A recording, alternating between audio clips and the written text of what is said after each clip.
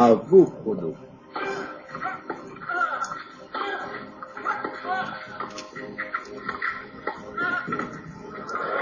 À vos pronos.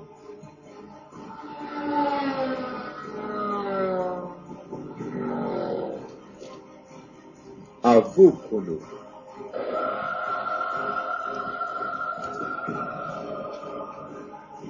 À vos pronos.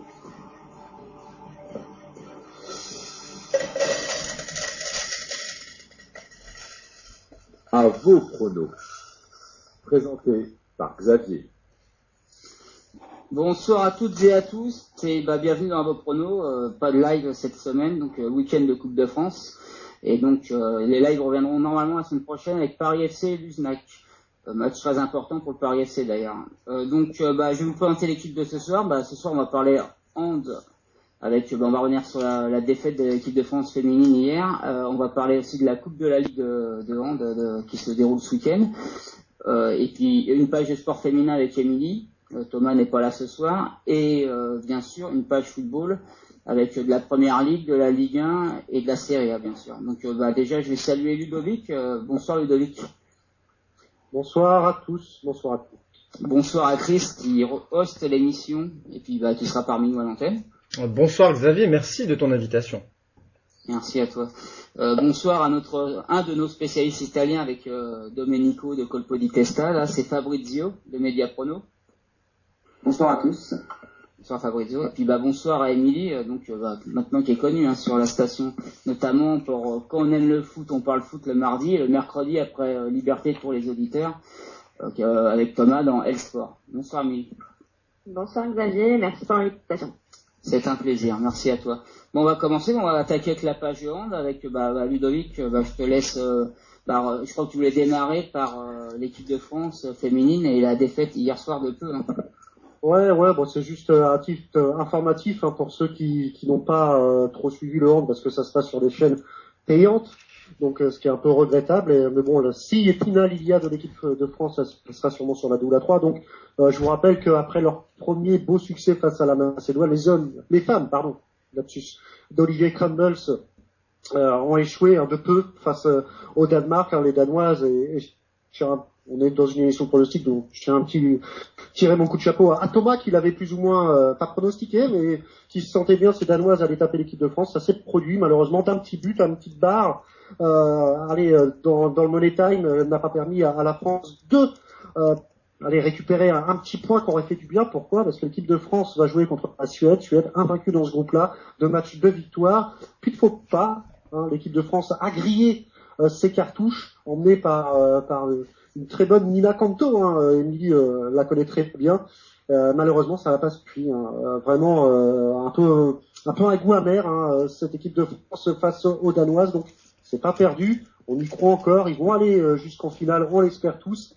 Mais voilà, maintenant la pression est sur l'équipe de France face à la Suède demain pour un match ô combien important et sous haute tension. Donc on suivra ça de près. Et je vous rappelle que juste après le match, il y aura un petit débrief du match avec Thomas Guillon d'El Sport et moi-même. Donc voilà, c'était pour vous signaler défaite pas inquiétante, mais voilà, il n'y a plus droit à l'erreur pour l'équipe de France. Défaite face au Danemark 25-26. Et maintenant, en cas de défaite demain, l'équipe de France sera éliminée? Pratiquement, ouais. Et tu penses, toi, que c'est possible une défaite, ou tu penses que les Français elles sont au-dessus La Suède a gagné contre le Danemark. On a perdu contre le Danemark. C'est vraiment une surprise que la Suède a gagné contre le Danemark. Mais ça s'est passé. Donc et la Suède a gagné contre la Macédoine. Donc on est 3 dans ce groupe-là, c'est les 2 premiers. Non, les 4, pardon. La Suède, la France, la Macédoine et le Danemark. C'est vachement homogène, quoi, en gros. Voilà, c'est vachement homogène. Et c'était attendu au tirage, ça? Ou on pensait que le tirage, c'était un bon groupe? Non. Un groupe à part la Macédoine, qui est un adversaire qu'on doit pas perdre. On n'attendait peut-être pas les Suédoises à ce niveau-là. Je sais pas si Émilie suit un peu le hand. Mais défaite surprenante quand même hier face à des Danoises un peu méconnues, Émilie, quand même. Oui, tout à fait. Défaite surprenante, oui, ça c'est sûr, puisque vu au regard des dernières prestations qu'elles ont données, on s'attendait pas à une défaite à ce moment-là. Maintenant, c'est pas une défaite écrasante et bon, faut pas caser de regrets. Maintenant, effectivement, elles ont pas le droit à l'erreur demain, quoi. Et demain, on va parier quand même. C'est, on vous le rappelle, la France qui rencontre cette équipe de Suède. Ah, les paris sont pas encore arrivés. Bon, je viens de regarder. Bah tant pis, on pariera pas, mais on peut quand même donner notre avis. On ne doit pas perdre. Je ne vois pas l'équipe de France perdre. On sait très bien qu'elle est emmenée par des cadres. Ils ont retrouvé une bonne défense face à la Macédoine. C'est un peu explosé face aux Danoises, mais on devrait taper cette équipe de Suède. De toute façon, on n'a pas le choix. Moi, je dis, et je vous invite aussi à parier sur une belle victoire de l'équipe de France face à la Suède, ce qui c'est vraiment quand même, il faut le signaler, si l'équipe de France, vice-championne du monde, il ne faut pas l'oublier, venait à perdre contre la Suédoise, ça serait vraiment un cataclysme. Faut pas se voiler la face. On n'a pas du tout prévu ça pour les observateurs de handball. Donc, allez, victoire de l'équipe de France. Et puis on va demander quand même l'avis. Si vous avez un avis à donner, hein, par exemple, si vous suivez un peu le hand, là, c'est quand même une compétition européenne. Même si c'est sur une chaîne cryptée et payante, on peut quand même avoir un avis. On va commencer par toi, Émilie, qui est la spécialiste dans le sport. Bien sûr, merci Émilie. Donc Elsport et moi-même à fond derrière les Bleus. Surtout que en plus Nina est en grande forme puisqu'elle a marqué pas mal de buts hier. Hein. Donc les Bleus parce qu'on n'a pas le droit à l'erreur et parce qu'on croit en elle. Voilà, et je tenais à signaler que Nina Canto fait partie de l'équipe de Elsport qu'on peut retrouver tous les mercredis après LPA à 21h30. Donc c'est j'ai fait des gros bisous. Voilà. 4 professionnels de hand dans la station qui l'auraient cru il y a encore quelques années. Allez, on va demander l'avis, peut-être que t'en as un, Chris.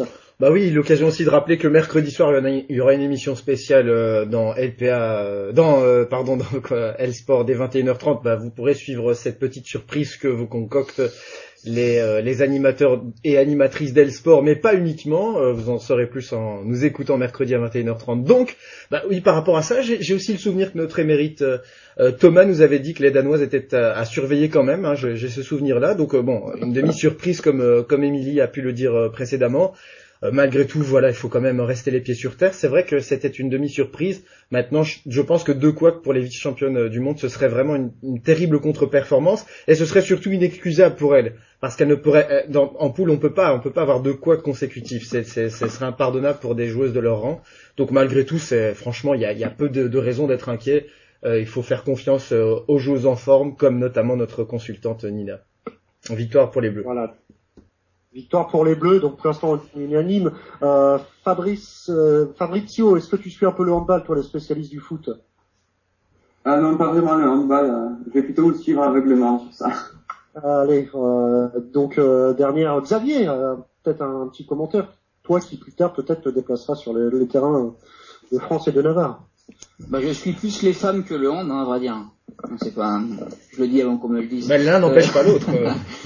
Non, mais je pense que vu quand même les résultats du hand, aussi bien chez les femmes que chez les hommes, comme tu dis, hein, ça serait quand même un petit fiasco si elles se faisaient éliminer demain.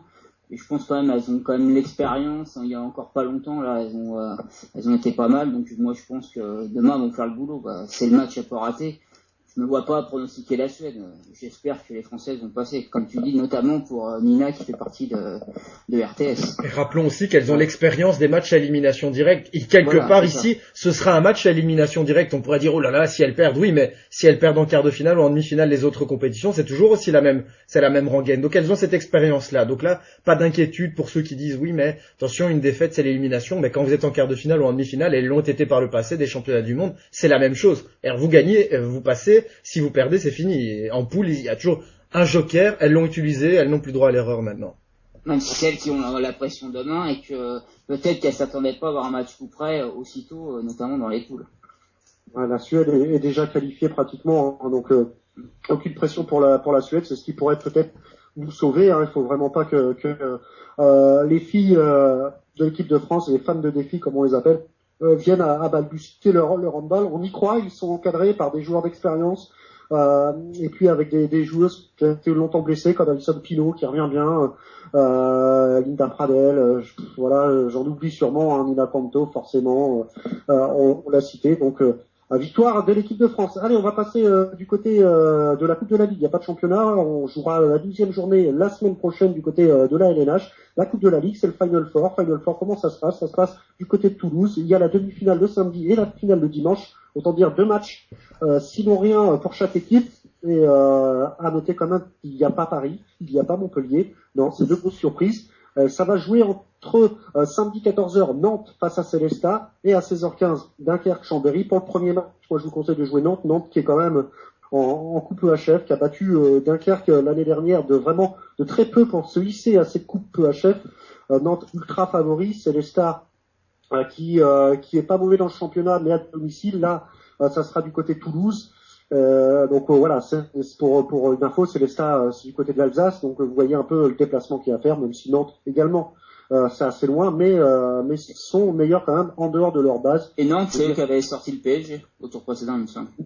Exactement, Nantes a sorti le PSG au tour précédent. D'ailleurs, je voulais continuer à dire ce que tu disais, avec Nantes qui est 5e au classement en LNH avec 13 points. Et Célestat, ils sont 11e avec 9 points, donc il y a très peu de points entre les deux, malgré l'écart de place. Et toi, tu penses, ils se sont rencontrés cette saison, Nantes et Célestat déjà? Alors, il faut savoir que ils sont au terme de points, comme tu l'as dit, ils sont très proches, mais en termes de niveau, les Nantais peuvent vraiment compter sur un Rivera et Maqueda, les Espagnols qui font vraiment une partie de saison assez exceptionnelle. Nantes, c'est quand même une équipe, il faut le savoir, qui est vraiment en devenir, un peu à l'image de Saint-Raphaël. On en reparlera sûrement dans une prochaine émission. Mais Nantes et Célestat, ils devraient pas avoir de photos. Et c'est pas comme le foot, il y a moins de surprises quand même en coupe. Donc je vous conseille moi de jouer Nantes, mais quand je vais vous dire la cote à 1,18€, le match nul à 12 et la victoire à 4, je vous pronostique parce qu'il y a que 2 matchs, mais victoire de Nantes. Je vous conseille vraiment la victoire de Nantes. Il ne devrait pas trop avoir de surprise, même si Célestat Célestat n'est pas capable pour moi de battre Nantes. Nantes devrait l'emporter. Je ne sais pas si vous avez un avis à donner, par exemple, allez Xavier. Bah moi je vais, comme tu dis, tu suis beaucoup plus le hand, donc moi tu me dis que Nantes est vraiment au-dessus de Célestat, donc je vais te suivre. Même si c'est vrai que à 1,18, on conseille pas la victoire, à moins de pouvoir faire un combiné avec le match suivant Dunkerque-Chambéry, mais c'est vrai que la cote 1,18 c'est très faible. Ouais. C'est vrai que l'autre match, et là je vais peut-être faire parier un peu plus de personnes parce que c'est quand même 2 grosses équipes qui se rencontrent. C'est Dunkerque face à Chambéry. Attention, quand même 2 grandes équipes de la LNH. Justement, je voulais te donner le classement. Dunkerque, eux, ils sont 4e avec 13 points et Chambéry 3e avec 16 points. Donc c'est un match haut du tableau, même si c'est en Coupe de la Ligue. Là, c'est à mon avis, c'est le match qui est le plus attendu demain, qui va être le plus beau. C'est une belle affiche. C'est une belle affiche et je pense que le gagnant de ce match-là sera le gagnant de la Coupe de la Ligue. Donc Dunkerque-Chambéry, les cotes, comme quoi je vous ai expliqué indécis, 1,90 pour Dunkerque, 1,90 pour la victoire de Chambéry et 8 le nul. Et moi, je vous conseillerais de miser Chambéry, même s'ils ont quand même des absents. Il y a quand même un homme fort dans cette équipe, c'est Edin Bazic, qui tourne à peu près à 8-10 buts depuis le début de la saison par match. C'est énorme. Quand même, faut le signaler. Donc Dunkerque a quand même des points forts, hein, notamment Joly au penalty, c'est vraiment source sûre. Bosquet qu'on a reçu il y a 2 semaines également, qui pourquoi pas devrait vraiment être au niveau de cette demi-finale. C'est des joueurs d'expérience. Côté de Chambéry, comme je vous dis, il y a Edin Bazic, il y a un ancien international qui a pris sa retraite également cette année, c'est Guillaume Gilles. Donc c'est un match très indécis, bien malin, qui pourra trouver peut-être le résultat, mais moi je vous conseillerais de miser sur Chambéry, qui a plus d'expérience, on va dire ça à ce haut niveau. Il faut se rappeler aussi que Chambéry l'année dernière a perdu en finale face à Dunkerque, et là ça va être une belle revanche, messieurs. Chambéry n'a plus gagné 2 trophées depuis au moins 8 ans. Donc c'est l'année ou jamais pour Chambéry, parce qu'au championnat ça semble mal, parce que Montpellier et Paris sont envolés. Donc Coupe de la Ligue, il ne reste plus que ça aux Chambériens, et moi je miserais une victoire de Chambéry. Je ne sais pas ce que t'en penses, Chris. Mais un match qui paraît pas plus tôt demain. Moi, je vais répondre aux chantons parce que, comme l'a chanté Indochine, parce que le monde est un enfer, plus rien n'atteindra Dunkerque. Donc non, mais c'est une petite parenthèse pas très drôle. Non, mais moi vraiment sur le fait que ce soit à domicile et que les cotes soient très serrées à 1,90, je pense vraiment que le coup est gagnable, même s'il y a ce côté outsider qui est parasité par le fait justement que Dunkerque évoluera, je pense, à domicile. C'est bien ça, Lusa? Alors du tout. C'est sur un terrain neutre. C'est pas ça sur un terrain neutre. Ah bon. Bon ben alors que c'est 1,90, considérant donc à ce moment-là que Dunkerque ne partira pas complètement outsider puisque les cotes sont partagées. Donc bon, à partir de ce moment-là, étant donné mes connaissances moins que basiques sur le sujet, je vais quand même maintenir mon pronostic sur Dunkerque. Sur Dunkerque. Émilie, est-ce que tu aurais un petit avis ou Fabrizio? Personnellement, le hand, c'est pas trop mon domaine non plus, donc je vais suivre ton avis. Hein. Je vais te mettre dans ton nombre. Chambéry. Xavier, forcément. Ouais, bah moi, j'hésite, comme tu dis, entre Dunkerque et Chambéry, surtout que tu dis qu'ils les avaient battus hier.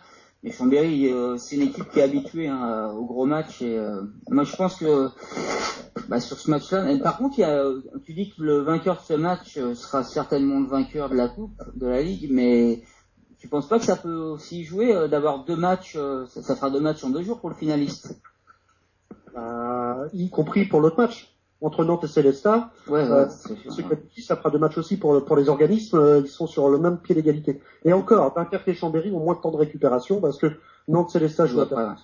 Dunkerque joue à 16h. Non, je vais jouer Chambéry. Ouais, je pense que je vais prendre la solution de facilité. Je vais te suivre. Donc voilà, Chambéry pour tout le monde. Et puis je pense qu'on en a fini. Je finirai par les codes de Suède-France. On en a parlé. Ça y est, je les ai devant les yeux. Donc on a parié tous sur l'équipe de France qui est vraiment ultra favorite. La cote est à 1,22 et si la Suède venait à gagner, 3,70 €. Donc c'est un pari pour les objectifs.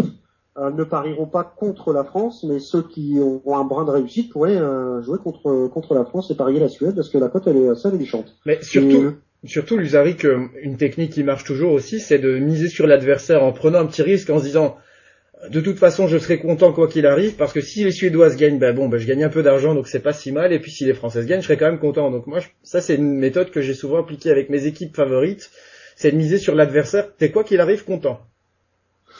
Méditer. Même si une défaite pour 3,70 €, ça me ferait chier quand même pour l'équipe de France. Ouais, mais autant miser 10 €. Avec la giga de quand même. Voilà, on a passé la petite page de hand. Et donc, finalement, ce que tu conseilles, c'est de parler vraiment que sur Dunkerque-Chambéry. Non, en termes d'argent pur, forcément. Mais après, en termes de sportifs, Nantes aussi, c'est un bon match. Il mérite aussi d'être mis en lumière, même si le choc Chambéry face à Dunkerque, ça sera vraiment le rendez-vous à pas manquer pour samedi. Et j'en profite aussi également pour lundi, dans Andé, on aura un des heureux gagnants de la Coupe de la Ligue, que ce soit un Dunkerquois, un Chambérien, un Nantais ou un Alsacien du côté de Célestat, il sera avec nous au moins une voire 2 invités vainqueurs de la Coupe de la Ligue, c'est dans Andé à partir de 20h tous les lundis. Ouais, mais Lusa, tu nous as pas laissé parier sur Nantes, hein, donc est-ce que c'est le ciel de Nantes qui a rendu ton cœur chagrin? Non, du tout. Je vous laisse, justement, si t'as un avis. Non, mais t'as raison, mais c'était puisque j'étais dans un délire de chanson, c'était pour une petite parenthèse. Non, mais tu l'as dit, pourquoi est-ce que tu nous laissais pas trop parier là-dessus? C'est parce que Nantes partira archi favori et ça semble vraiment dérisoire de pronostiquer ce match-là. Tu t'es très bien exprimé, Lusarik. Voilà, Xavier, je pense qu'on a fait le tour de la page onde. Exactement, ouais, donc il me semble que toi tu dois t'en aller, donc tu restes pas pour la partie football. C'est gentil de l'invitation, mais malheureusement, j'ai des objectifs à atteindre aujourd'hui. Pas de souci. Ouais, pareil. En tout cas, je te remercie d'être venu, et puis de toute façon, comme tu disais, on vous retrouve lundi donc avec Benoît, Mickaël et Stan dans Andé. Et Sébastien, pardon. Et puis demain pour la spéciale hand. Exactement. Pour la match. Donc il sera à quelle heure demain, Ludovic? Le match il est, attendez que je regarde ça, il est à 18h15, vous comptez une demi-heure, 15, 19h45, à peu près vers 20h, 7h45, 20h, juste après le match, avec mon ami Thomas. D'accord. Et ça tombe bien, je crois qu'il n'y avait pas de match de... Beauvais ne jouait pas ce week-end, il me semble. Il y avait Coupe de France et je crois que ça a été annulé même. Exactement. Donc, Avec, voilà. on l'espère, victoire à la clé quand même. Autrement, on va pas être dépité si on fait un après-match avec une défaite. Ça va être difficile de le faire, mais on est professionnel, on fera jusqu'au bout. Et allez, les Bleus. Bien sûr, exactement. Bah, je te souhaite une bonne soirée, puis bah, merci d'être venu, en tout cas. Merci, bonne soirée à vous et bonne soirée. Merci. Bah donc, bah Émilie, pour pas dire, tu vois, que je respecte pas les femmes, je vais te poser la question. Est-ce que tu veux faire ta page sport féminin tout de suite pour finir l'émission en détente, ou tu veux la faire en fin d'émission, ou tout de suite on passe au football? Ça, on va, c'est gentil, on va changer les règles. Je vais être galante et je vais laisser la place aux hommes en premier. Le meilleur Bon, pour on la va fin. passer- Oui. Non, je disais le meilleur pour la fin, c'est un petit... Voilà. Voilà, c'est ça. Bah, c'est souvent comme ça, en même temps on change pas vraiment parce que c'est souvent comme ça que ça termine. Bah on va passer au football. Donc bah pour changer, tiens, parce qu'on va parler de Ligue 1, mais c'est un beau match qui nous attend. Donc on va parler avant de... J'ai choisi un match en Italie et Fabrizio, toi t'en as choisi un autre. Donc il me semble que c'est dimanche, hein, c'est dimanche à 20h45 il me semble. Ouais, Milan-Naples. Avec l'Inter, eux, ils sont à 3e à 31 points. Deuxième, c'est Naples avec 33 points. Moi, j'ai les cotes, ça fait évoluer hein, depuis, je les ai pris tout à l'heure. C'était l'Inter à 2,30, 3 le nul et 2,90 Naples. Moi, je conseille la victoire de l'Inter, même si je pense que c'est un peu risqué. J'avais pris un but de Diego Milito à côté à 2 et de Cavani à 2, donc un but de chaque côté. Toi, Fabrizio, sur ce match-là, est-ce que tu as un avis? Et en plus, tu me disais tout à l'heure en off que il y a un peu de neige et ça, il y a une petite crainte hein, pour le match, hein, pour dimanche. Ouais, donc il neige à Milan aujourd'hui et le match est à risque. Je pense qu'il devrait quand même plus jouer, mais il fera très froid. Il y aura la météo, enfin, les degrés sont négatifs, il peut y avoir moins de degrés. Donc, faut s'attendre vraiment à beaucoup de froid, un match peut-être un peu plus mou que d'habitude. Moi, j'aurais plutôt dit Naples ou nul à 1,55 et Cavani buteur. D'accord, bah, je te le note. Ouais. Ton micro, il y a Fabrizio, ton micro, s'il te plaît, merci. C'est pas grave. Donc, Naples ou nul, et donc, tu me disais but de Cavani, donc, d'accord. Donc, comme moi, t'as mis Cavani buteur. La cote est à 2, hein, c'est pas une bonne cote. Après, bah, on va passer à, on va prendre Chris. On sait que les cotes sont à plus de 2, hein, toutes les trois. Ce qui prouve deux choses, c'est que effectivement, il y a des conditions météorologiques incertaines, et donc forcément les paramètres d'incertitude augmentent aussi sur les pronostics, et bien sûr sportivement c'est très difficile. Moi j'ai été très séduit par les fois où j'ai vu l'Inter à domicile. Certes, les résultats n'ont pas toujours été très réguliers, mais à chaque fois que l'Inter a joué des matchs au sommet et que je les ai vus, ça c'est toujours, je trouvais qu'il y avait une production de beaux jeux, et en général c'est ce qui leur manquait parfois. Véritablement, c'était d'imprégner ce jeu à domicile, notamment les dernières années où c'était parfois un de leurs problèmes. Et donc voilà, moi je vais leur faire confiance et je vais viser pour une victoire de l'Inter à domicile. Et d'ailleurs, Domenico, qui m'a envoyé un message dans la journée, lui, il voyait la victoire de Naples. Ah mais c'est du costaud, hein, c'est du costaud. Les deux consultants italiens misent plutôt sur Naples, qui est objectivement légèrement favori, même si le fait qu'il joue en déplacement fait que ça redistribue un peu les cartes. Maintenant, et d'ailleurs, comme on parlait de Domenico lui donne aussi la victoire de Parme qui se joue demain à 18h à l'Atalanta, et la victoire de Parme là-bas, c'est à l'extérieur, c'est 3-10, c'est une belle cote. Hein. Et mais d'ailleurs, avant de revenir sur Inter-Naples, Atalanta-Parme, les cotes sont vraiment hautes. C'est 2,15 l'Atalanta, 3,10 le nul et 3,10 Naples, Parme, pardon. Donc là, c'est des grosses cotes aussi. Mais moi, j'ai envie de te demander quelque chose, Fabrizio. Tu penses pas que moi, j'aurais bien joué Naples aussi, mais Naples c'est meilleur à domicile qu'à l'extérieur, non?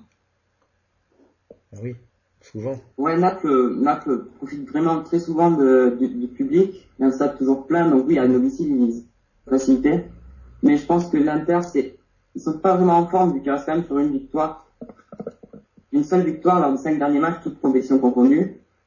Elle est arrivée contre Palerme avec un but contre son camp vers les dernières minutes de jeu. Donc, c'est pas non plus cette Inter, elle m'a pas convaincu cette saison. Et c'est pour ça que j'arrive pas à leur faire confiance. Je préfère Naples. qui reste quand même sur 3 victoires lors des 5 derniers matchs. Ouais, c'est pas rien, ça c'est clair. Ouais. Et toi, Chris, pour y revenir, t'étais sur, tu donnais l'Inter, c'est ça que tu m'avais dit? L'Inter en sec, oui, parce que je pense que tu l'avais dit, elle est à plus de 2,20, quelque chose comme ça.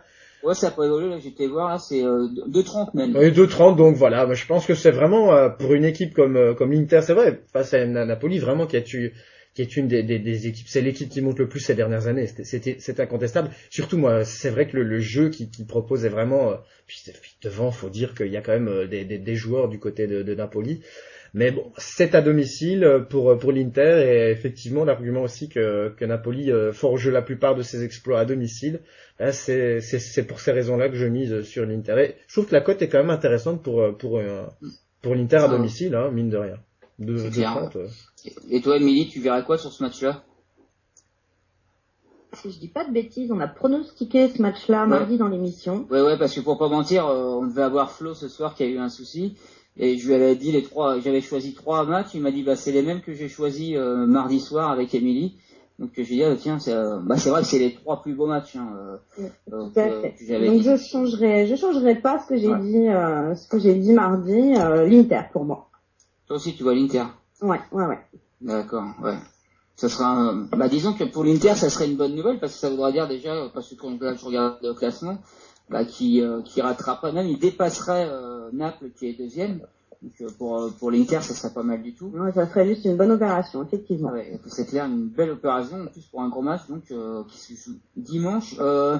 Fabrizio, par contre, toi, t'avais vu un deuxième match en Serie A, tu peux nous donner ton pronostic. Ouais, donc j'ai pris le match entre l'AS Rome et la Fiorentina. C'est les deux équipes les plus en forme lors des derniers 5 matchs. La Roma en a gagné 4, elle en a perdu 1, c'était le derby. Et la Fiorentina reste sur 2 matchs nuls et 3 victoires. Il faut noter des absences importantes côté Fiorentina qui devra se passer de Jalic en attaque, Jovetic encore qui partira du banc parce qu'il n'est pas au top, et surtout Pizarro qui a perdu sa sœur en semaine, donc il sera pas sélectionné. Et Pizarro pour moi c'est un des joueurs clés de cette Fiorentina de Montella.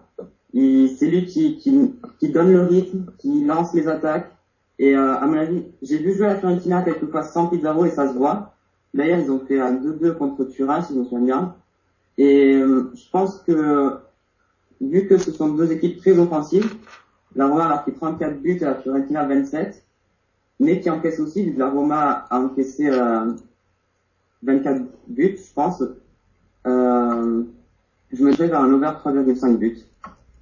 D'accord. Donc toi, tu vois plus de 3,5 buts dans le match. T'as la cote de ce pari?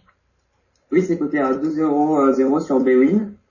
Et après, il y a aussi Quadrado qui devrait être titulaire côté Fiorentina. Il est coté à 6 en buteur. Donc, s'il est confirmé d'être titulaire, je pense que ça peut se tenter. D'accord. Quadrado dans buteur. Ok, c'est noté. C'est à 2 que tu m'as dit. L'over 3,5 buts à 2 et Quadrado à 6. D'accord. Ouais, une belle cote, 6, c'est une grosse cote, franchement, ouais. Ouais, bon, voilà, donc, j'ai noté tes 2 pronos, Fabrizio, j'avais tapé Domenico, je suis habitué à dire ça, moi, maintenant. On va passer à la première ligue avec, voilà, aussi un gros match en Angleterre. Autant en France, il y a un gros match qui est attendu ce week-end, mais alors, celui-là, c'est Manchester City, Manchester United. Donc, vous aviez choisi aussi, sélectionner le match, il me semble, Émilie, mardi. Tout à fait. Et donc, City, ils sont deuxième avec 33 points et Manchester United, premier à 36 points. Donc là, on peut dire que c'est un gros derby parce que le premier est contre le deuxième. En plus, il y a 3 points d'écart entre les deux. Et moi, je pense que City a la pression parce que déjà, t'es à domicile, il faut que tu gagnes. Et si jamais Manchester venait à gagner à City, il leur mettrait quand même 6 points dans la vue. Bon, c'est que le début, vous me direz. Mais City, pour moi, a quand même la pression. Et moi, c'est marrant, mais je vois... j'ai beaucoup hésité sur ce match à mettre un match nul. Moi, je vois bien un but de City qui gagne, avec un but de chaque côté. J'aime bien Sergio Aguero, que je joue souvent, mais qui marque souvent, et j'aime bien ce joueur-là, à 2,20. Et côté de Manchester, j'ai hésité à mettre Rooney ou Van Persie. J'ai mis Van Persie à 2,20. Et on va commencer par toi, Chris. Tu verras ça joue souvent c'est un match qui joue souvent sur les phases arrêtées. C'est pour ça que je suis plus circonspect sur le nom de tes buteurs, même si voilà, il faut les.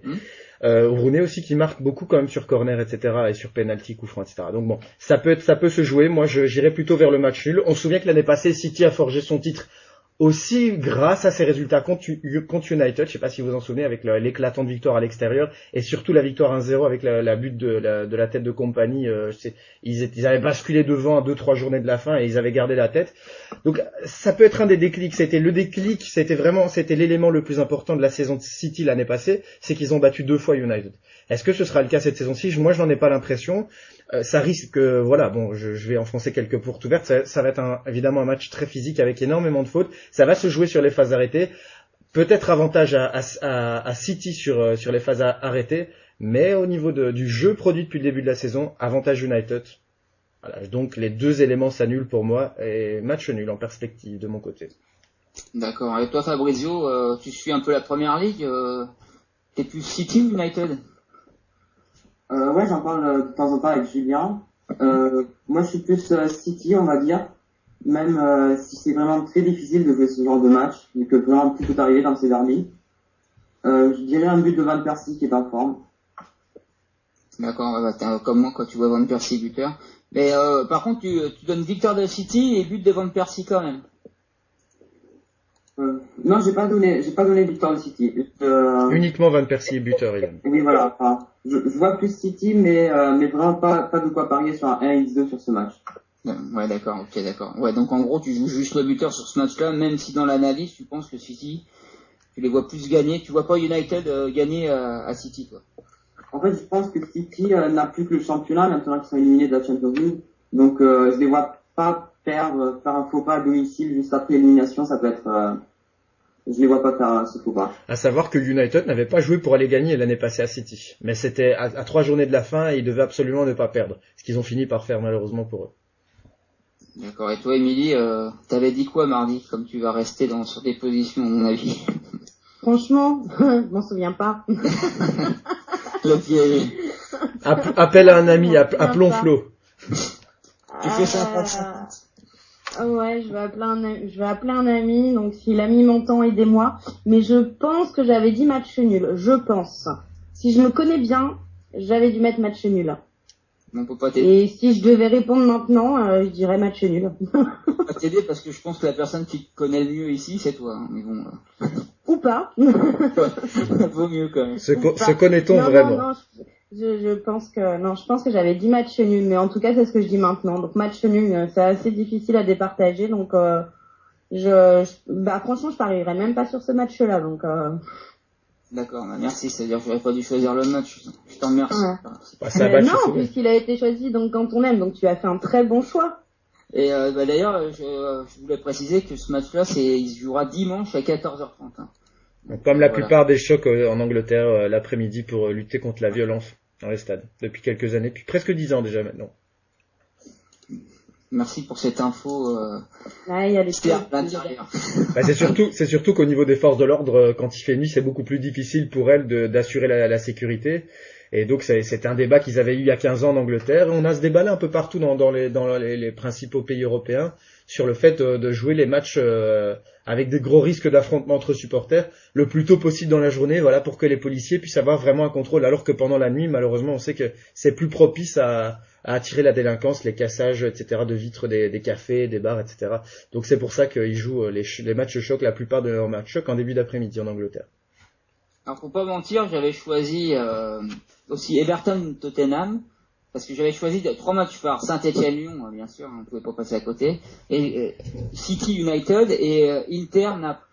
Et j'avais vu avec Flo, je voulais choisir un autre match, donc je voulais il m'avait proposé Everton-Tottenham, et en plus de Saint-Etienne-Lyon, moi je voulais prendre Marseille-Lorient. On m'a dit Everton-Tottenham c'est bien, mais vu que en plus Flo n'est pas là et que Émilie tu es là, et bon, on sait que tu es une grande amoureuse de Lorient, hein, et moi, je pense qu'on va choisir ce match-là. Donc on va démarrer, ce match il est dimanche à 17h, et donc c'est l'OM face à Lorient, avec Marseille qui est deuxième avec 29 points, et Lorient 11e avec 21 points. Et donc, par contre, ce match-là, moi, je pense qu'il est indécis. Marseille qui a pris 3-0 hier à Limassol, mais je sais pas si t'as vu le match, Émilie, moi je l'ai pas vu.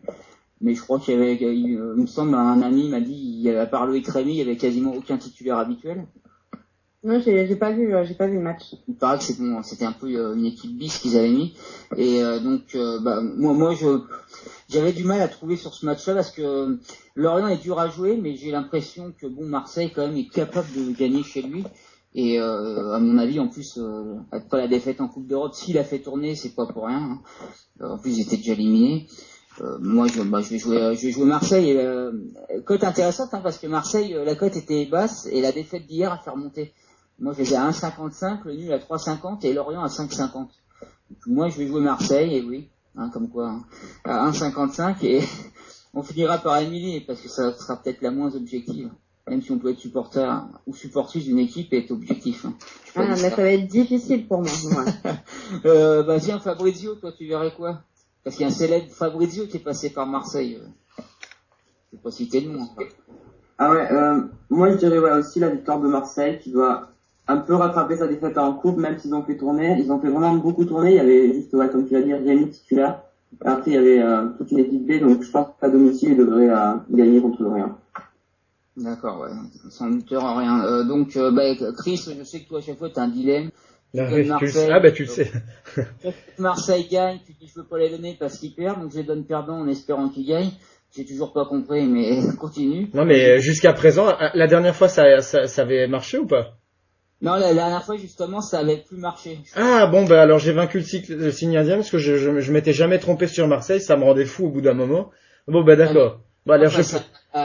T'avais joué, il me semble, 3 face à Marseille en espérant que Marseille gagne, et 3 avaient gagné, t'avais dit donc que ça n'a pas marché.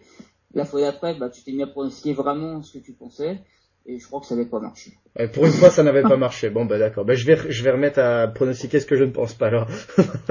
Non, mais, à savoir que l'Olympique de Marseille, évidemment, depuis le début de la saison, a beaucoup plus de facilité sur les matchs en déplacement qu'à domicile. C'est statistiquement, c'est même au niveau du jeu.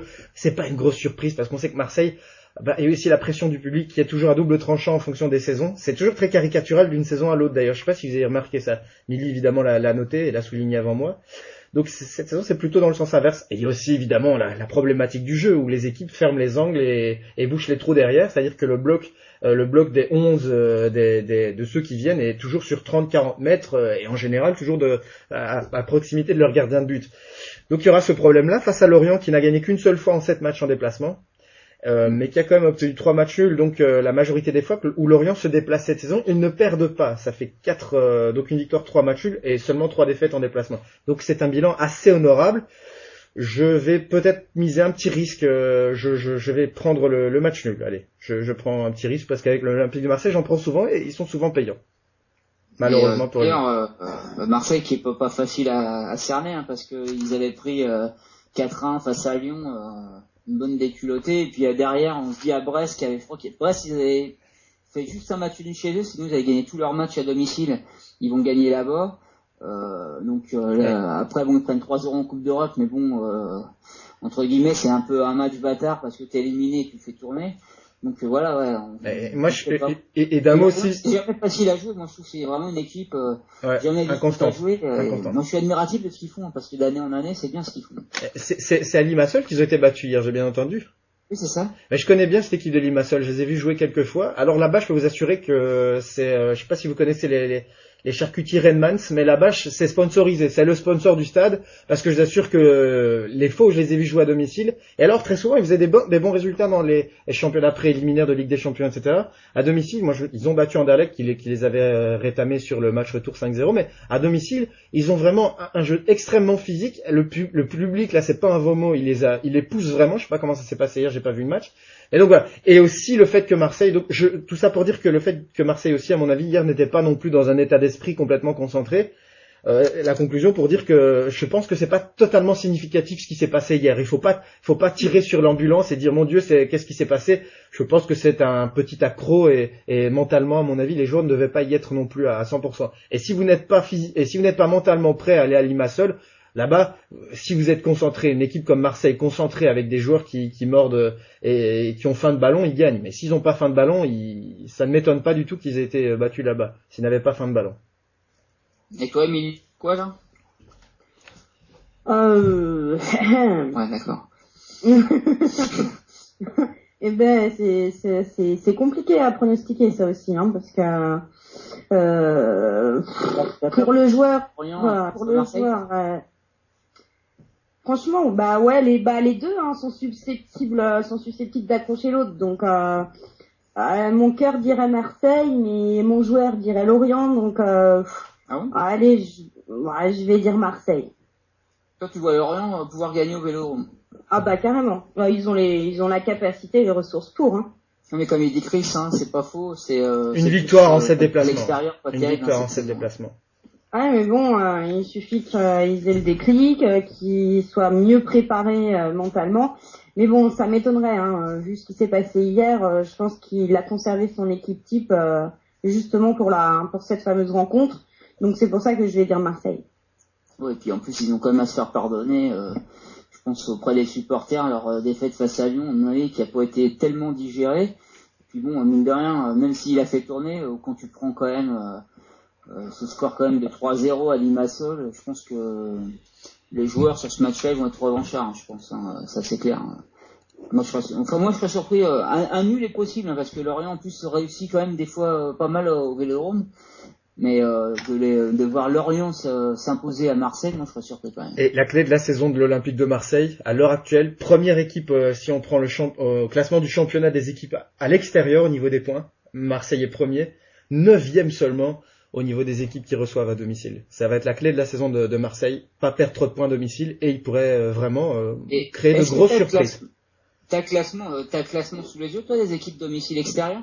Ouais, domicile, je l'ai devant moi. L'Olympique Lyonnais mène 3 points d'avance devant Valenciennes. Et le PSG à domicile, ils sont combien là? Ils sont 7e, ils ont le même nombre de points que Marseille. Donc c'est en égalité à la 7e place avec Marseille, qui a un match de moins que Paris d'ailleurs, je dois le préciser.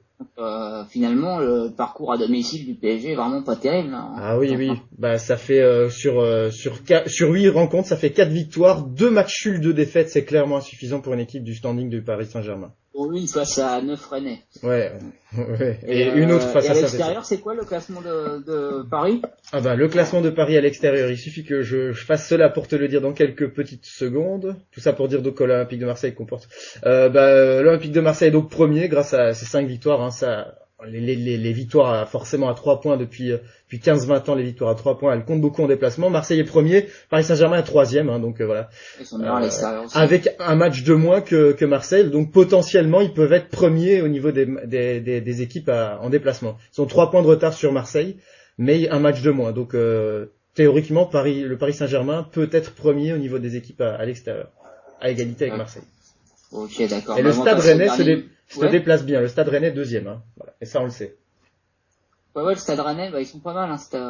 C'est pas toujours génial, mais ils sont pas mal. Hein, et Bordeaux 4e, ça confirme aussi leur plutôt bonne saison. Bon, en général, ceux qui sont quand même pas mauvais à l'extérieur, on voit qu'ils sont quand même assez hauts dans le classement. Ah ouais, même si on perd à domicile, c'est pas très bon parce que à un moment tu peux pas perdre à domicile et déjà Paris pour être champion, pour moi, 2 défaites à domicile c'est déjà énorme. Mais bon, maintenant ça dépend aussi comment les autres avancent et ce qu'ils font quoi. Moi je pense que c'est plus ça. D'ailleurs c'est toujours le PSG ton favori toi Chris? Oui, ça reste le Paris Saint-Germain parce qu'ils ont des moyens, quand même, ils ont un noyau, ils ont des moyens, ça reste mon favori, on peut pas changer d'avis parce que pour le moment, il y a une petite tempête sur le bateau.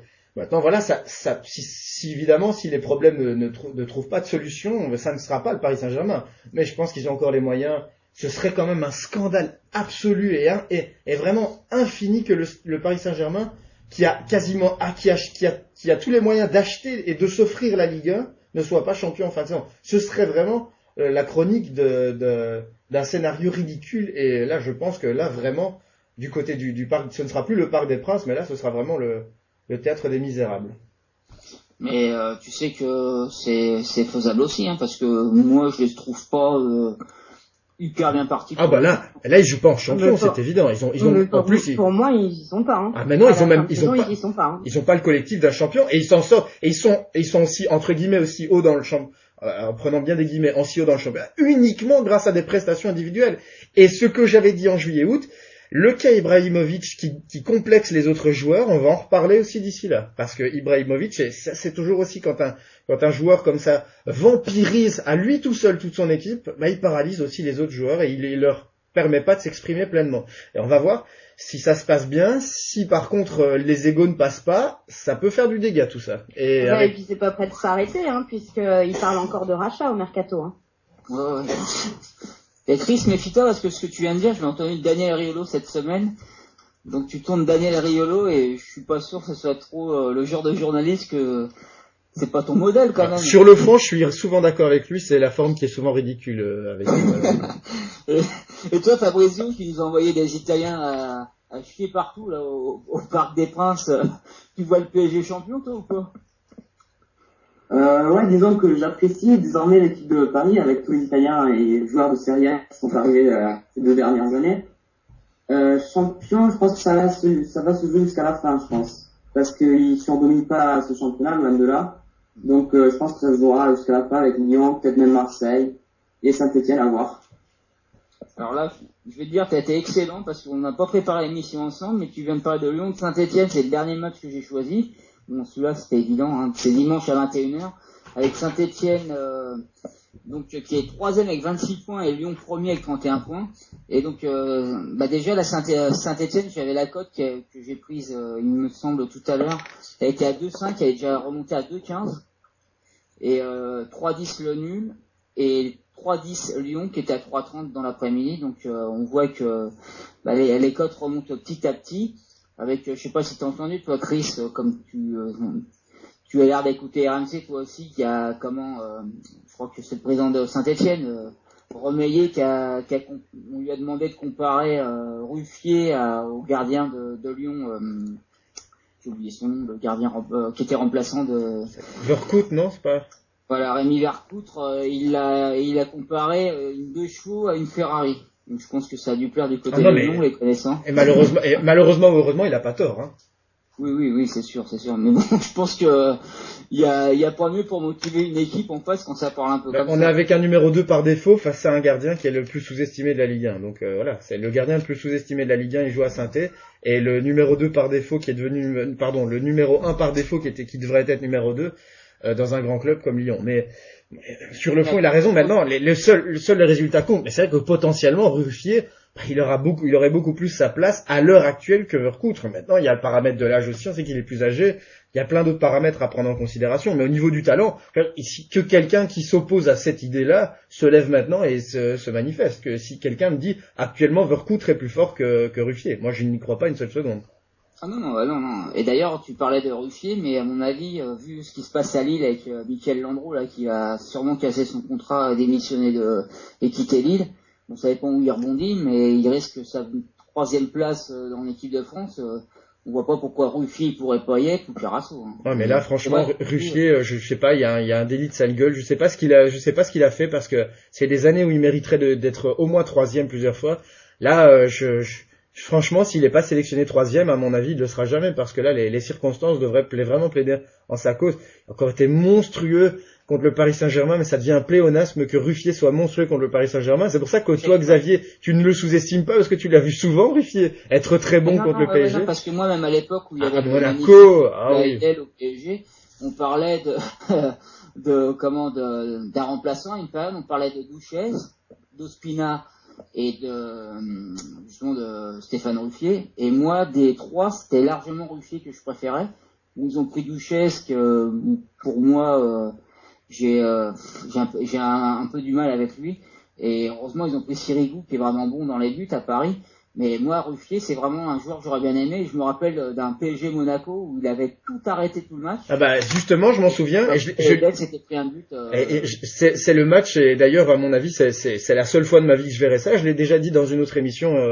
C'était le mardi soir avec Chris. Je l'avais dit. Ce match PSG Monaco qui s'était terminé par 0-1. Tu t'en souviens exactement? Moi, j'ai jamais vu ça de ma vie. C'est-à-dire que le Paris Saint-Germain, je m'en souviens, ils avaient eu 23 tirs à 0. Et ils avaient eu 10 tirs cadrés à 0 et ils perdent 0-1 sur un autobut. Donc les autres n'ont même pas tiré une seule fois au but et n'ont même pas forcément eu un seul tir cadré. Et Ruffier a fait un match de malade mental. Et donc le score final c'était 0-1 Alors que vraiment, les autres n'avaient même pas tiré une seule fois au but de tout le match, quoi. Et on Donc, voit la c'était- puissance du mec aussi, c'est par exemple avec le C'est contact Sacco qui avait fait un autobus. avec Zlatan au parc. Il y avait beaucoup de gardiens, ils se seraient pas relevés, lui il a pas bougé quoi. Ah non, mais Ruffier, c'est pour moi un très très bon.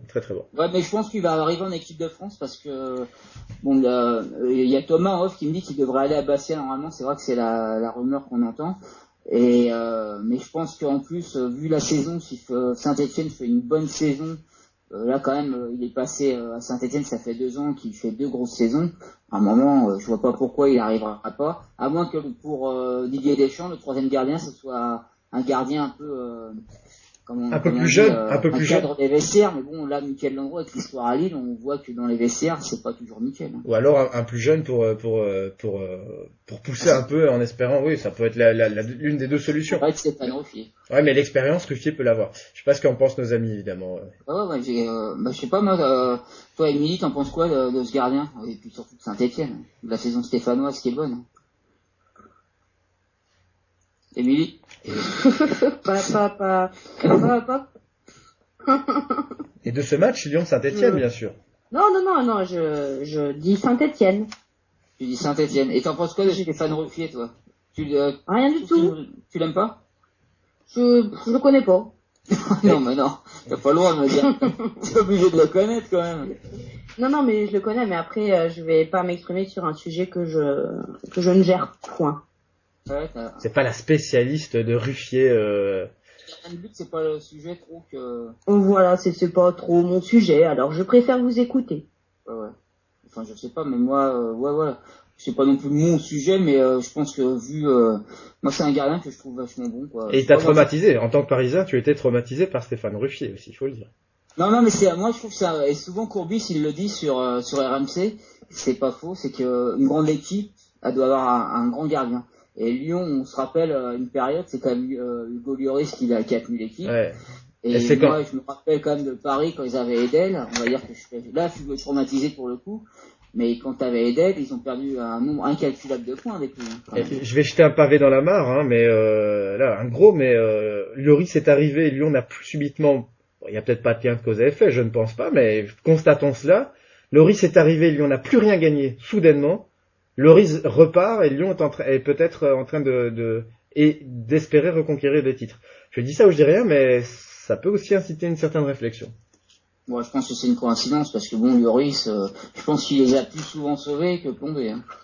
Ouais, mais il y a aussi la personnalité, il y a aussi le vestiaire, etc. Enfin, bon, on verra en fin de saison, mais je trouverais ça très très drôle que la saison où Lloris arrive, il ne gagne plus rien, la saison où il repart, juste après il regagne.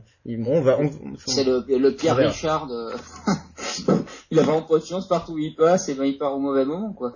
Et Mili, toi tu viens de Saint-Etienne et tu vois pas Lyon qui a quand même fait un sacré match au Vélodrome. Je veux pas remuer le couteau dans la plaie.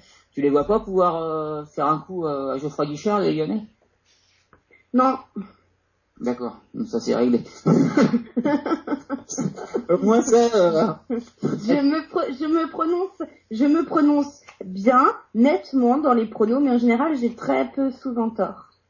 D'accord. Donc si Lyon, attends-toi un message de ma part si jamais Lyon a gagné à Saint-Etienne. Et c'est nous les petites pipelettes, hein. T'as vu ça? T'as vu? Nous sommes les pipelettes, on parle tout le temps. Elle est beaucoup plus concise. On se demande, c'est nous les plus.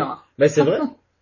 C'est vrai. C'est le à l'envers. Et toi, Chris, tu vois qui Allez, je vais faire plus court, c'est un derby. Il faut jeter les statistiques et les paramètres de côté quand c'est des derbys. Match nul pour la qualité du jeu des deux équipes depuis le début de la saison, pour l'intensité qui va s'y dégager, parce que les deux équipes sont quand même plus ou moins en réussite aussi. Et puis parce que c'est très incertain et je suis un peu couille molle et c'est très incertain de parier ce genre de derby alors que c'est le premier contre le troisième. C'est toujours très dangereux. Donc je ne me mouille pas cette fois-ci et je vais donc parier match nul. D'accord. Émilie, un mot sur Saint-Etienne et sur Ruffier? Ouais, alors déjà, Tom, il dit qu'il parie Saint-Etienne aussi. Et que Ruffier c'est un tueur, mais il a un gros nez. Alors voilà. Ça, c'est vraiment une analyse approfondie. Ouh là là. Oui, mais non, je vais expliquer un petit peu. En fait, j'ai fait une fixette sur Zlatan. Parce que j'aime pas du tout son nez. Ah bah oui, il a un gros nez, tu as remarqué aussi. Mais c'est un truc rédhibitoire, j'ai envie de dire, pour moi. Donc, Et du coup, il m'a dit... T'aimais pas Jean-Jacques Goldman, toi?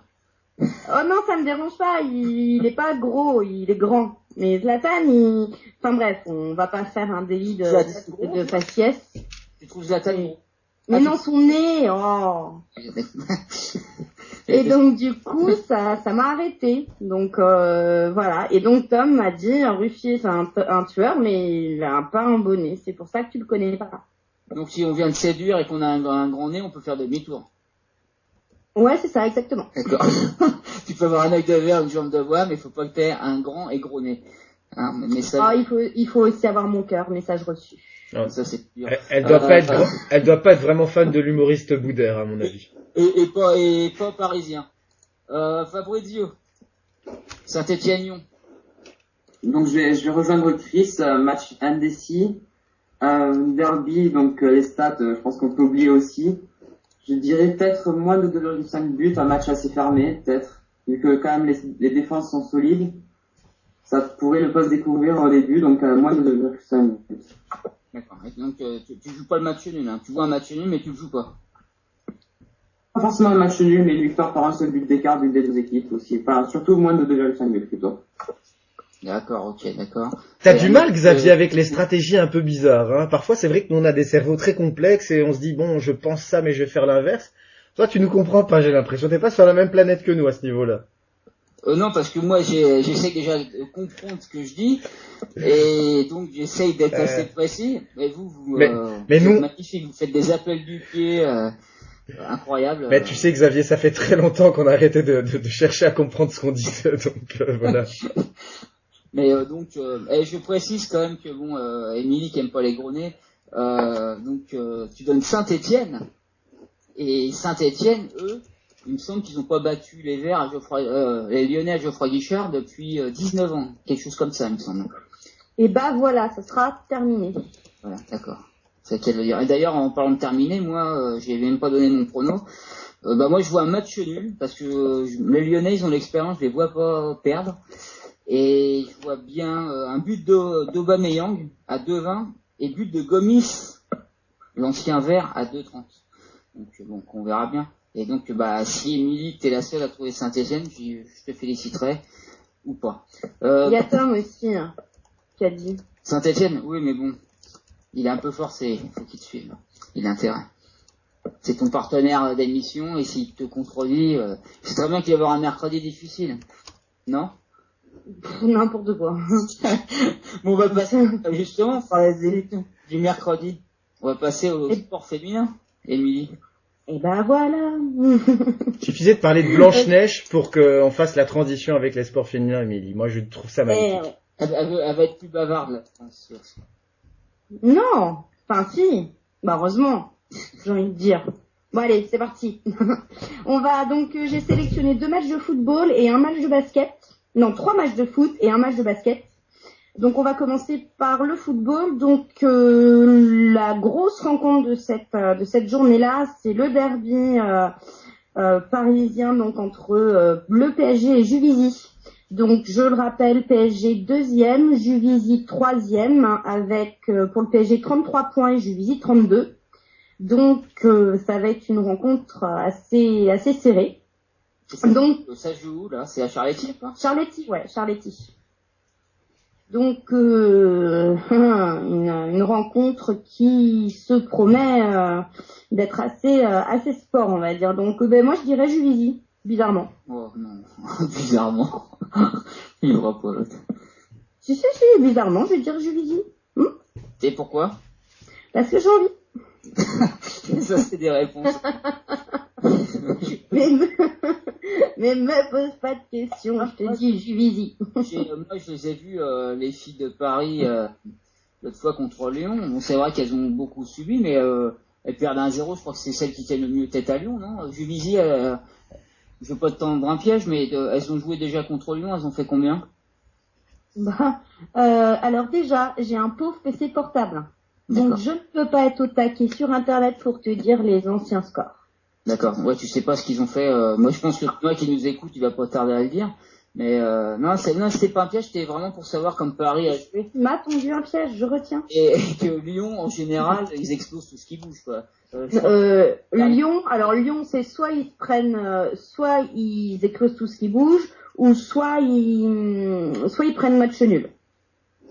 Donc, j'ai envie de dire, c'est plutôt pas mal. À savoir que la dernière rencontre, un 13-1, ils ont fait. Moi, je viens de te le lire, t'as vu? Ouais. Je suis pas si incompétent que ça en sport féminin.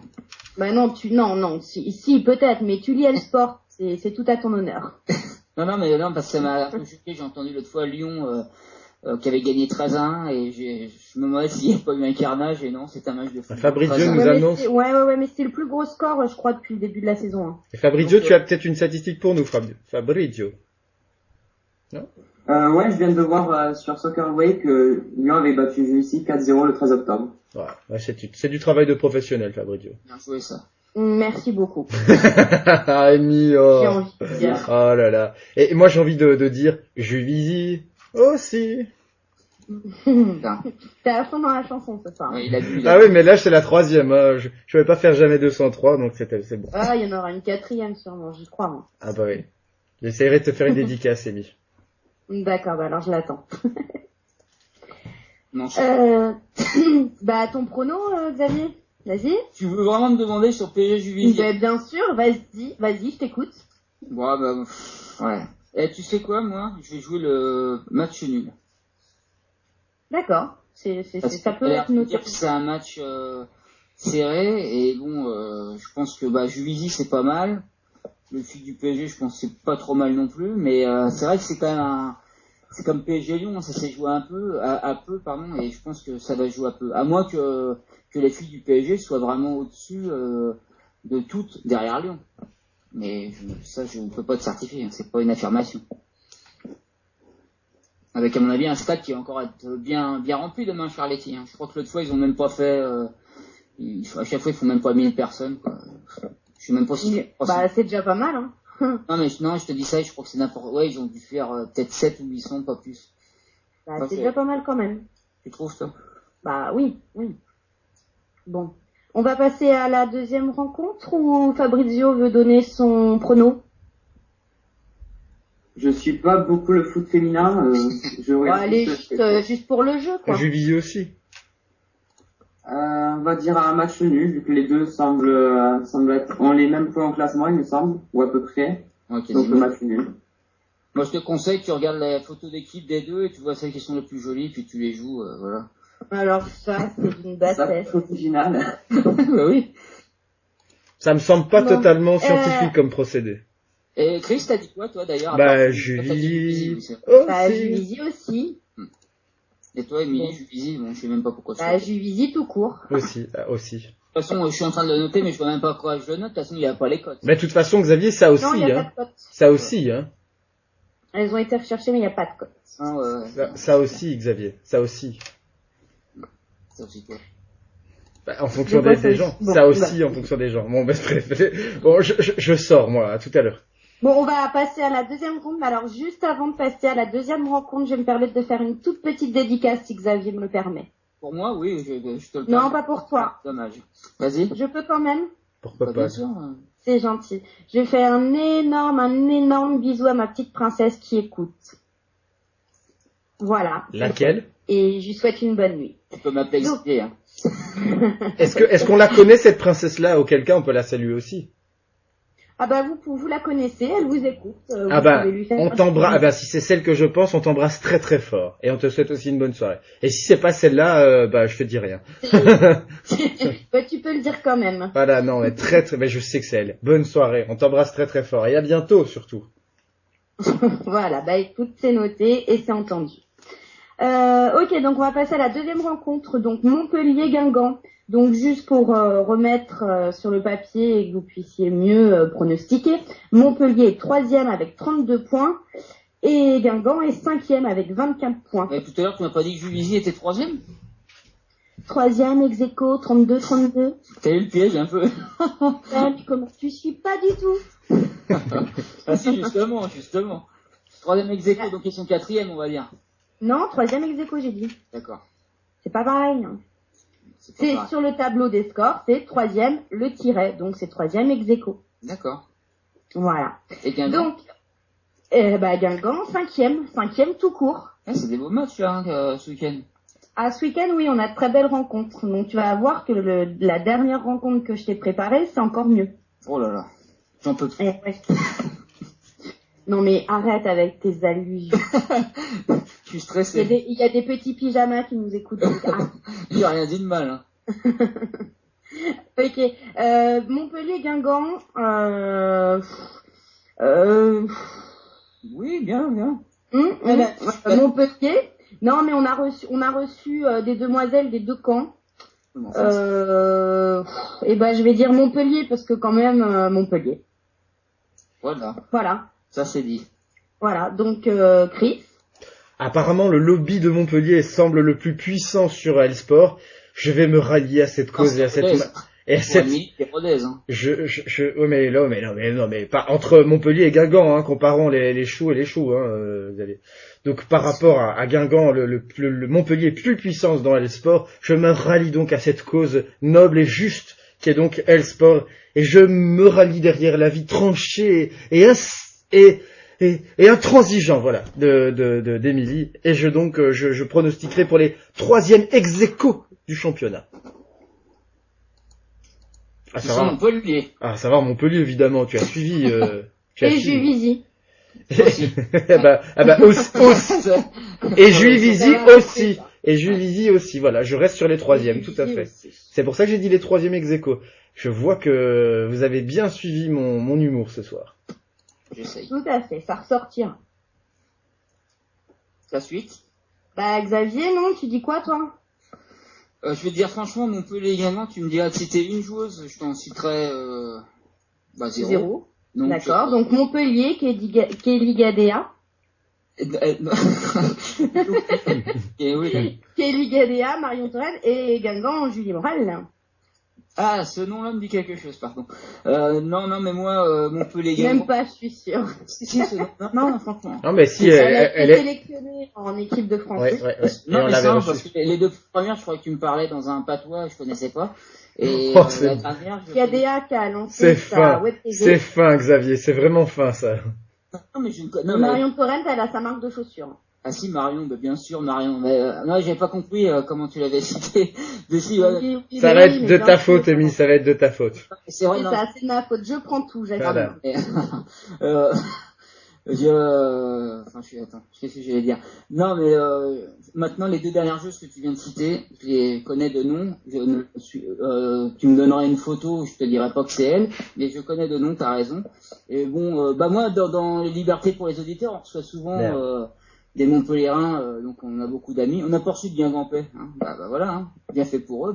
Je vais faire comme vous, hein. Je vais jouer Montpellier. Oui, je pense que c'est ce qu'il y a de plus raisonnable à faire. Et j'ai souvenir. Alors juste, pardon de vous couper, pour les petites oreilles L-Sport qui traîneraient ce soir éventuellement en info et qui l'ont pas vu aujourd'hui, il y a deux joueuses importantes qui vont passer en B dans leur groupe. Donc Montpellier, c'est Marie-Laure Delis et côté de Guingamp, Julie Morel. Donc elle passe en groupe B. C'est quoi que t'appelles en groupe B? C'est une équipe réserve. Et pourquoi? Elles ont pas été sages? C'est ça. Elles ont pas fait leur lacet comme il fallait. D'accord.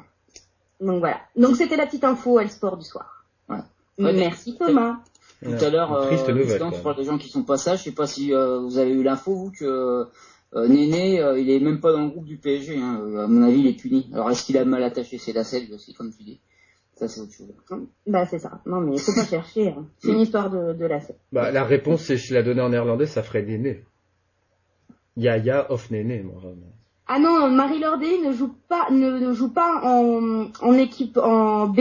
C'est juste pour te dire, Xavier, que tu dois connaître Marie-Laure Delis. Je voulais pas m'humilier. Il y a juste Julie Morel qui passe en B. Mais ce nom me dit quelque chose, mais... Voilà. Pourquoi je devrais la connaître? Je sais pas. C'est ton ex. Mais non, mais c'est vrai, ça sais, parce que je suis pas beaucoup le foot féminin, donc quand tu suis pas, il y a des noms qui t'interpellent, comme la première joueuse que tu m'as dit tout à l'heure, je ne savais pas, c'est je crois que tu me citais le nom d'un dessert. Par contre, il y a des noms qui m'interpellent plus. Et Marie-Laure Daly, ça me dit Voilà, elle joue très bien, mais à Montpellier, et elle passe pas du tout en B. Elle joue très bien, et elle fait bien ses lacets. D'accord, mais c'est bien. Et juste pour info, Néné, elle a été sanctionnée pour saut d'humeur.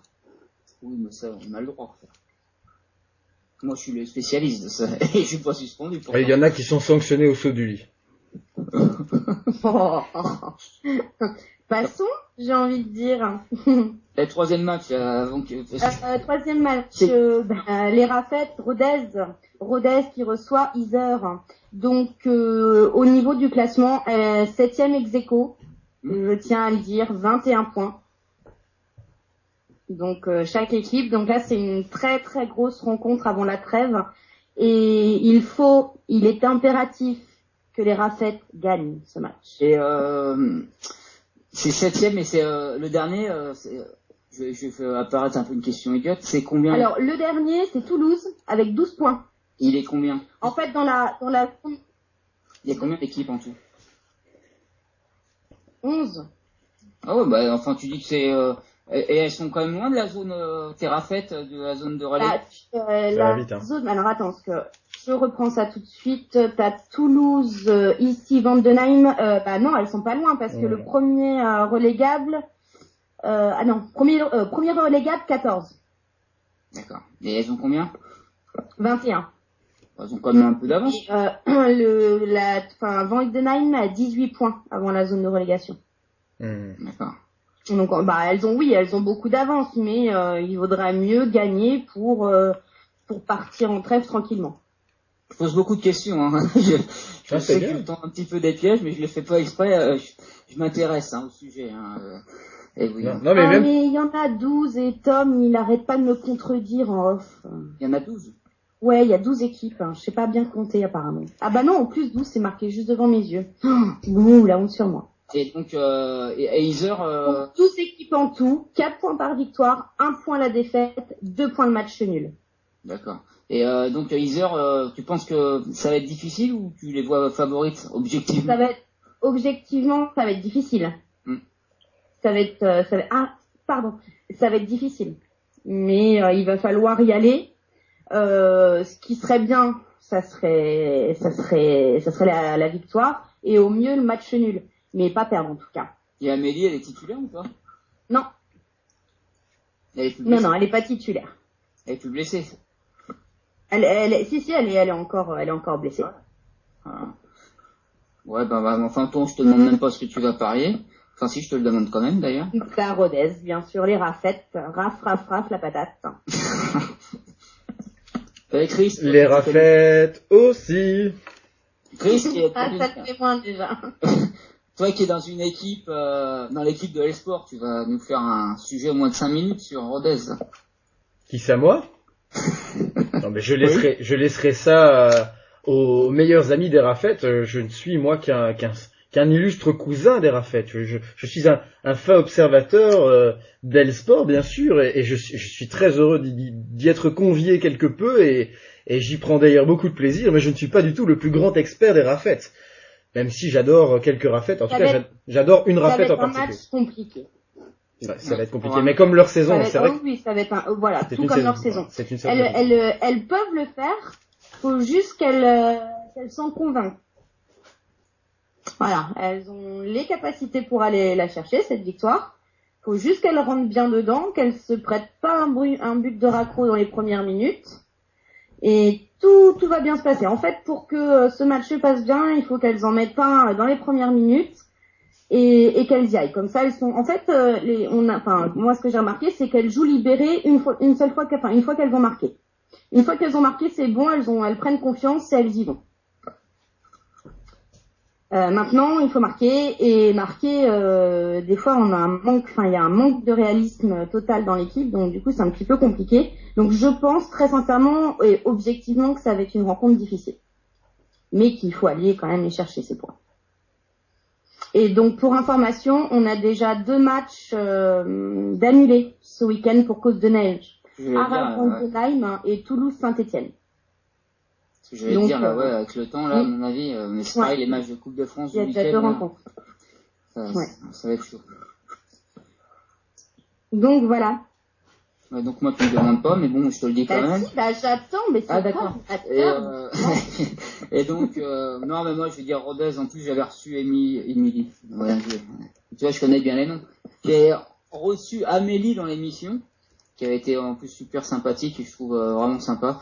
Elle est Et adorable. je serais Et on content fait des pour elle. gros bisous ce soir. Et je suis content en plus s'il a joué, mais bon, malheureusement, elle joue pas actuellement. Mais bon, j'espère que, en plus, nous, ça fait partie de RTS, hein, donc quand Rodez gagne, ça fait plaisir.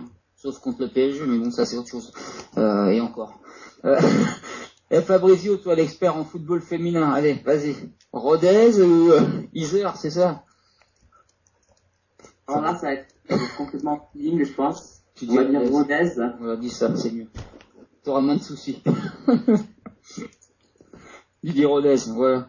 Et Rodez, ça joue quand, d'ailleurs, Émilie? Bien sûr. Dimanche. Ouais, c'est ça. Dimanche. Elle a lancé le dé, oui, bon, on va dire ça. Allez, tiens, je vais dire dimanche, soit à 13h, soit à 14h30. Xavier, C'est là que c'est samedi à 17h. Xavier, je vais te faire une Non, proposition. jamais le samedi.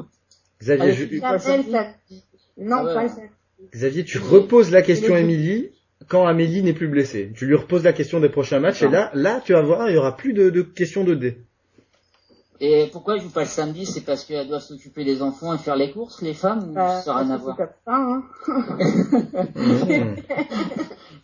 Je veux juste te dire que dans mon appartement, quand j'ai dit ça, j'ai entendu oh ça n'a pas plu la phrase. Est-ce que les femmes doivent s'occuper par le ménage et c'est pour ça qu'elles jouent pas le samedi? Xavier, tu tends ton bâton pour te faire battre. Je dis ça. Je Ouais, dis moi, rien. j'ai l'habitude de ça.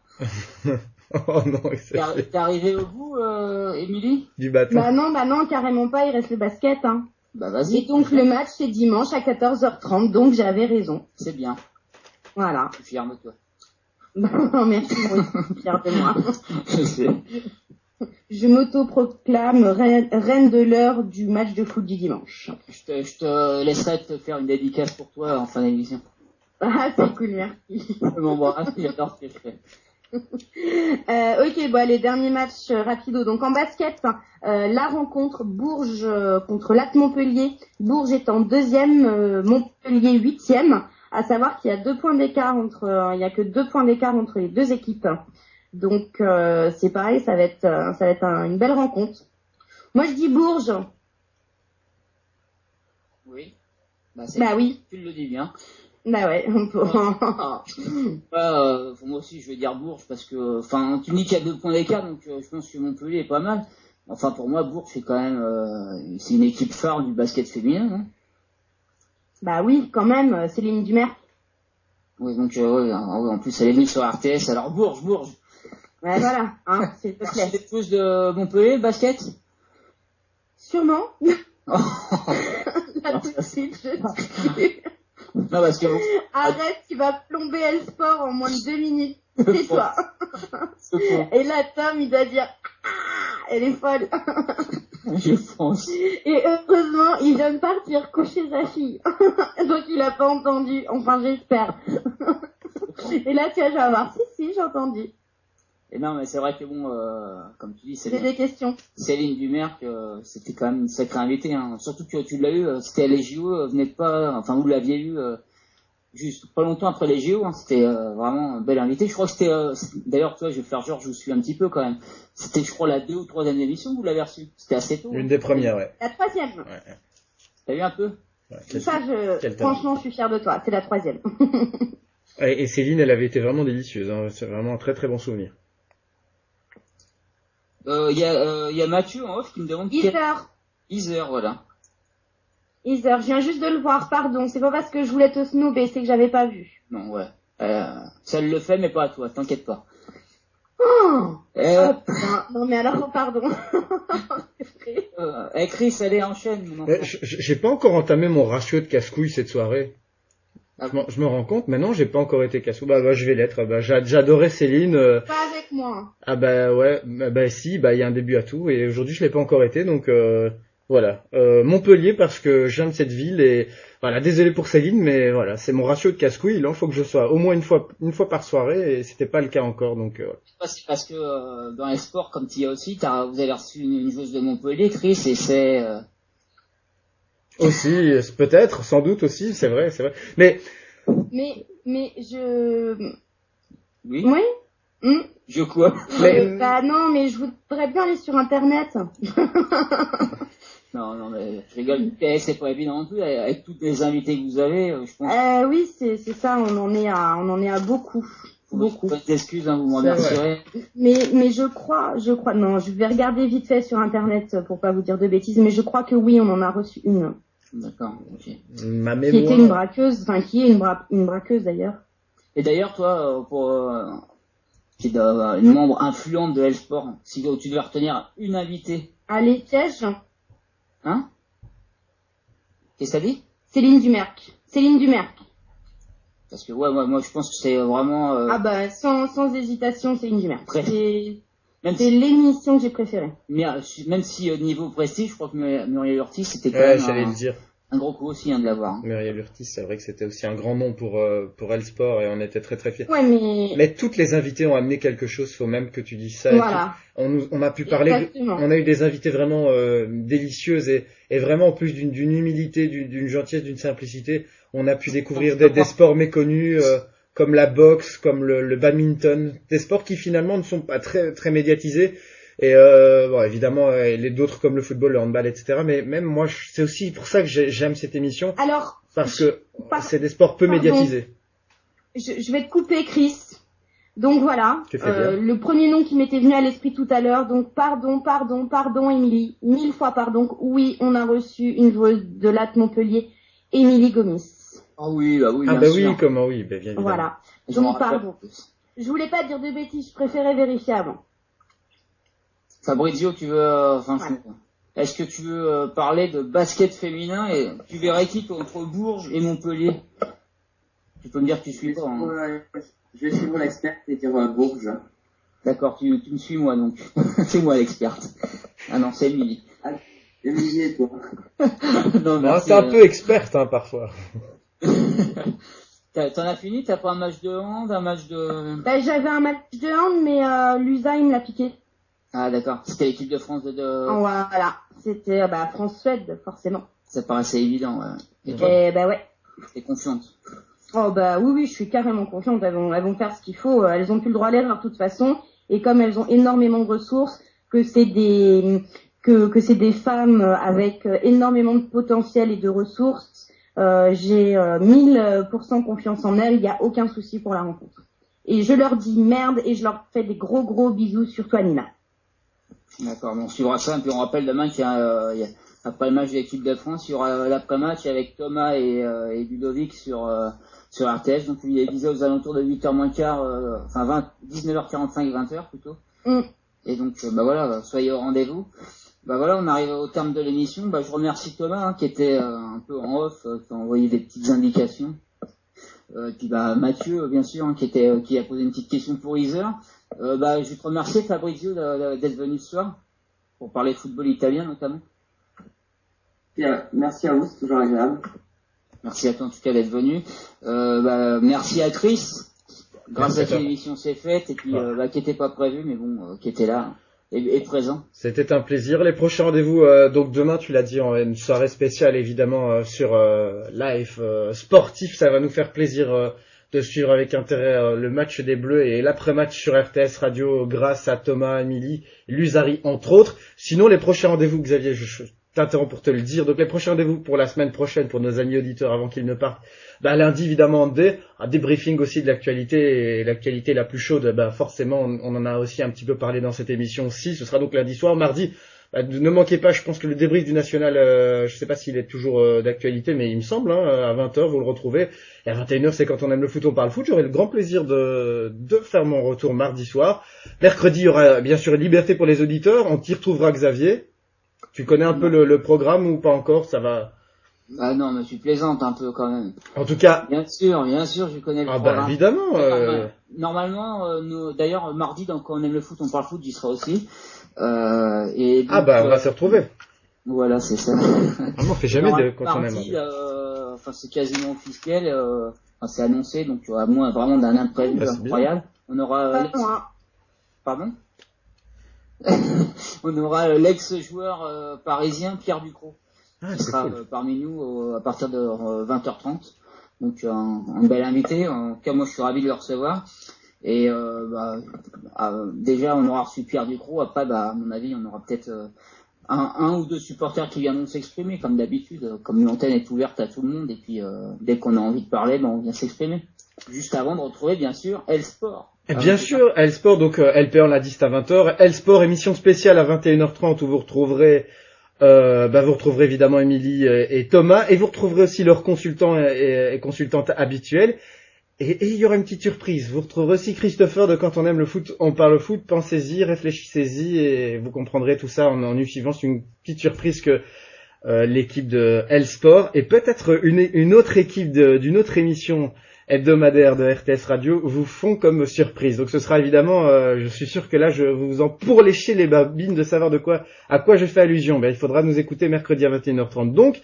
Et ensuite il y aura évidemment jeudi Mathieu, que je salue au même titre que Thomas, comme toi Xavier. Mathieu à 21h dans le Motor Show. Je serai là aussi normalement si tout va bien, donc jeudi à 21h. Et vendredi, Xavier, je te cède la parole là, vendredi. Vendredi, il y aura pas vos pronos, parce que il y a les lives, il y a les lives qui reviennent. Là, normalement, il y aura 2 semaines de live, normalement. Enfin, il y en a déjà une vendredi prochain, c'est sûr. Ça sera, la semaine dernière, on a eu Luznac Rouen, et donc là, ça sera Paris FC Luznac. Le Paris FC de Jean-Michel Badian, notamment, qui est pas très bien en point, Paris FC, pardon. Et donc c'est match quasiment, je veux pas dire décisif, mais là pour espérer recoller un peu et repartir de l'avant, il y a victoire impérative, et donc match très important. Et normalement, il y aura Emeric qui sera au Paris FC, et ça sera sur RTS dès vendredi à 20h. Emeric qui sera peut-être avec Antonin, mais en tout cas Emeric qui sera, ça c'est sûr. Vendredi prochain donc. Et toi, Xavier, on te retrouvera donc, si j'ai bien compris, peut-être lundi, mais à coup sûr mercredi soir. Avec mercredi. Même mardi, oui, je suis bête, tu l'as dit tout à l'heure. Oui. Mais oui, mardi, j'ai tellement pas l'habitude d'être avec toi le mardi soir donc quand on aime, donc je suis très heureux donc de réparer cette erreur. Donc écoute, on te retrouvera quand même si tu ne seras pas là vendredi prochain, on te retrouvera plein de fois pendant la semaine. Et c'est avec un grand plaisir, Xavier, avant que tu salues les personnes encore très très chères à notre cœur qui étaient présentes avec nous ce soir. Je remercie aussi Ludovic qui était là pour la page de hand, et puis qu'on retrouve donc demain soir pour l'après-match et pour le hand dès lundi. Et on va finir je salue, pour une fois j'ai été galant, même sans le faire exprès, j'arrive à être galant, tout arrive. Je vais saluer Émilie, je la remercie d'être venue ce soir. Émilie, si t'es... Oui, merci, c'est super gentil. Merci d'être venue en tout cas, et c'était un plaisir d'avoir une voix féminine, même si je sais Thomas qui dit ça fera 2 voix féminines avec la mienne. Donc je le dis avant qu'il me l'envoie par SMS. Merci vraiment d'être venu, que c'était une bonne émission. J'ai passé un bon moment, et puis je vous dis à dans la semaine donc à l'antenne, dès demain soir après le match de hand, donc pour l'après-match avec Thomas et Ludovic, et puis toutes les émissions qui vont revenir toute la semaine que vous connaissez sur l'antenne. Et ne loupez pas donc vendredi prochain à 20h. Normalement, il y aura l'avant-match, mais il y aura le match en intégral et en live, Paris FC Luznac, retransmis sur RTS, donc on compte sur vous. Passez un bon week-end, et puis merci pour tous ceux qui nous ont écoutés ce soir. Au revoir, bon week-end.